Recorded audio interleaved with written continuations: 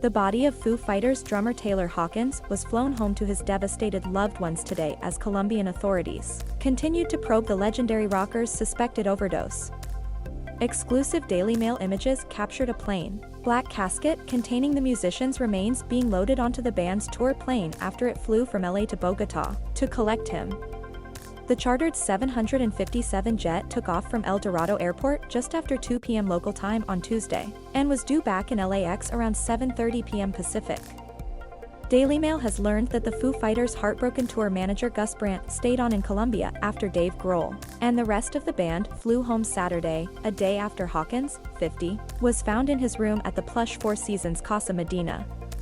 Exclusive DailyMail images captured a plain, black casket containing the remains of Tyler Hawkins being loaded onto the band's tour plane after it flew from LA to Bogota to collect him.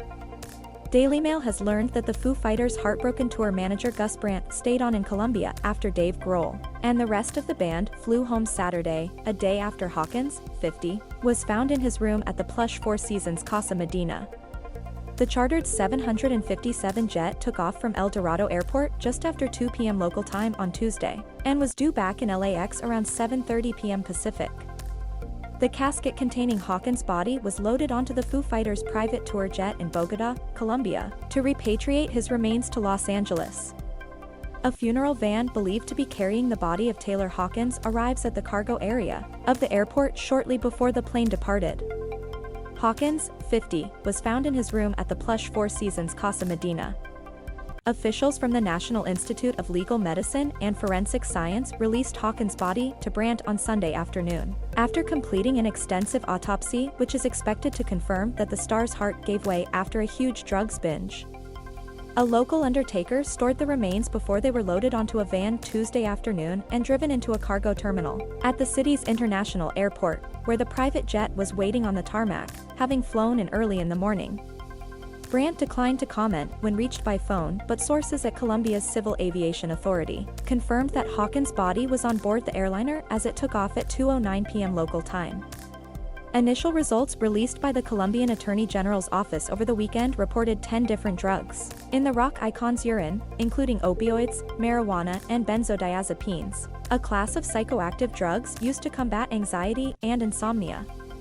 Hawkins' heart also weighed at least 600 grams, double that of a typical man of his age, according to the early findings reported by Colombian weekly magazine, Semana. Tyler Hawkins of Foo Fighters performs on stage at the after-party for the Los Angeles premiere of Studio 666 at the Fonda Theater on February 16, 2022, in Hollywood, California. Hawkins' last performance was at Lollapalooza 2022 in Santiago, Chile on March 18. The Foo Fighters were scheduled to play another Lollapalooza in Brazil on Sunday. A spokeswoman for the Attorney General's office told DailyMail that any further update would take at least another week. Concerns about the drummer's health first arose on Friday night when he began complaining of chest pains prior to a sellout gig in Bogota. Hotel staff called emergency services, but Hawkins was unresponsive by the time security reached his room. Efforts to revive him by a private doctor and city emergency responders failed. Well-known Colombian journalist Luis Carlos Velez, the director of a Bogota radio station, reported that a police officer who entered Hawkins' $500 per night suite had told prosecutors he saw cocaine like a white powder. Another unconfirmed local report said several glasses were found inside the drummer's room, sparking speculation he had been entertaining guests. Tyler Hawkins, daughter Annabelle Hawkins and wife Allison Hawkins pictured together at the Los Angeles premiere of Studio 666 last month. An emotional Dave Grohl sobbed as he hugged his band mates and friends at LAX on Saturday night, a day after the shocking of his best friend. DailyMail understands the inquiry into Hawkins was handed over to the Attorney General's office as soon as cops learned he was a high-profile American citizen. The probe is expected to focus on which substances found in his body were prescription medications he had taken prior to landing in Bogota last Wednesday, and which were illegal drugs he might have consumed once he got to the famed cocaine capital. Colombia's Attorney General's office can confirm the following after the initial autopsy on the body of Tyler Hawkins. The Attorney General's office wrote that in the toxicology test on Tyler Hawkins' urine 10 types of substances were preliminarily found, including marijuana, tricyclic antidepressants, benzodiazepines, and opioids. News: the band revealed the news on their social media on Tuesday afternoon. The National Institute of Forensic Medicine is continuing its medical studies to be able to completely clarify the facts that led to Tyler Hawkins.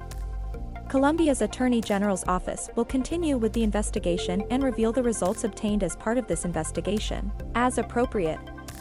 The Foo Fighters canceled all their forthcoming tour dates after Grohl, 53, was seen weeping on the tarmac at LAX as he arrived back a Saturday night with guitarists Pat Smear and Chris Shiflett, keyboardist Rami Jaffe and background singer Samantha Sidley.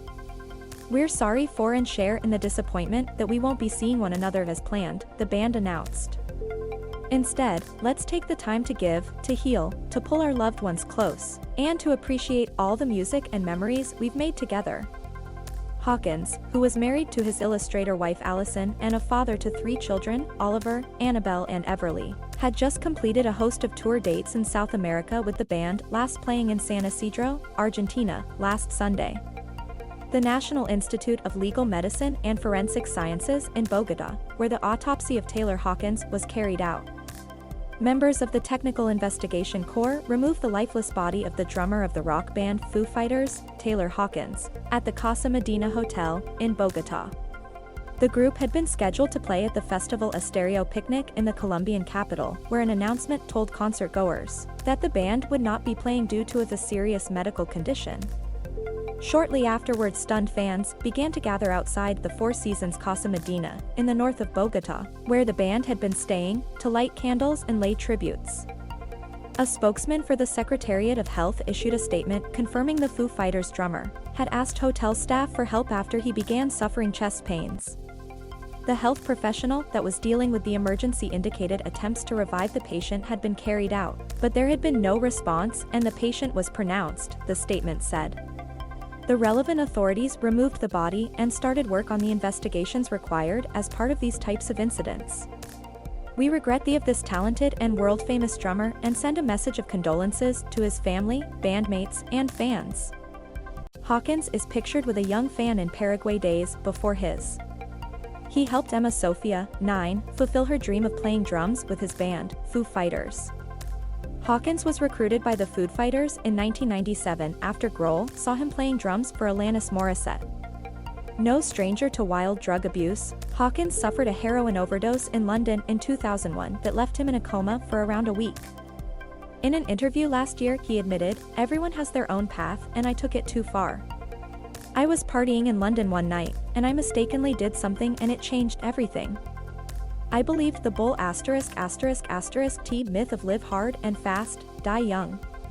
I'm not here to preach about not doing drugs, because I love doing drugs, but I just got out of control for a while and it almost got me."